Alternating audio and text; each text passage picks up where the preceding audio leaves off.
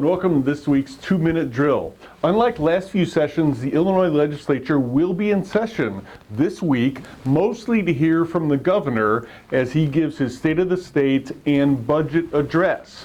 Hitting the media today is a lot of stories about the governor's intention to roll out a $1 billion tax relief package that is evidently going to be the centerpiece of his speech and, frankly, part of his re-election campaign as well. But barring really bad weather, the legislature is going to be in town to hear that speech and to react to it. So let's talk about those tax decreases. And the chamber is definitely for lower levels of taxation. We definitely have some real questions about what has been rolled out thus far. So it really comes in three sources. The sales tax and food and drugs, which is a revenue source that goes all to local municipalities, but also to the RTA. That is going to be suspended for a year, but under the plan, they're going to backfill that funding with state resources for 1 year. A lot of questions about that, exactly how it would work and whether the state can really afford that or not. Also, the gas tax, which goes up every year in conjunction with CPI, is going to be suspended for 1 year, the increase that was due to come into effect. That all goes into the road fund, but unlike the sales tax, there's no plan that's been talked about that's going to backfill that money into the road fund.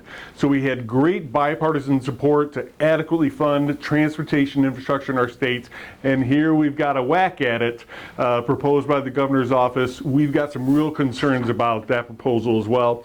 Then also probably the one that has the most merit and will be very popular, I suspect, is an increase in the property tax deduction that all homeowners are going to receive as part of their income tax. Exactly how that gets figured, who gets it, who doesn't, we've got to go ahead and see. But my sense is that that's going to be the most popular part of the governor's package, and I could see that obviously expanding, perhaps at the expense of the other two ideas.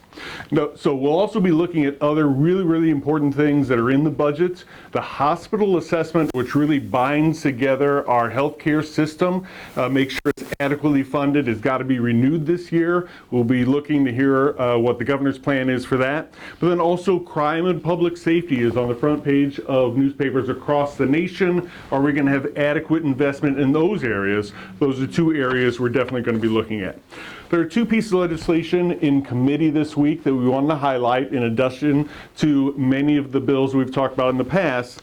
These are in the employment law area. House Bill 3530 would really undermine, if not gut, Illinois' employment at will status. We're not sure that's going to go, but it would be a terrible impact on labor markets in Illinois. We're very much opposed House Bill 3530. And then House Bill 4600 amends the one-day rest in 7 Act. Not a piece of legislation that people spend a lot of time on, but with the COVID recession and impact on people's staffing levels, more and more businesses run into this as they've had to expand the number of people that work multiple shifts, and this law comes into effect potentially. This would increase dramatically penalties, but also raise the prospect of class action lawsuits for a whole bunch more employers. We're adamantly opposed to that one as well. Hopefully that one goes away just like the others, but we'll just have to see what happens, but we're on top of it for you. I look forward to talking to you next week.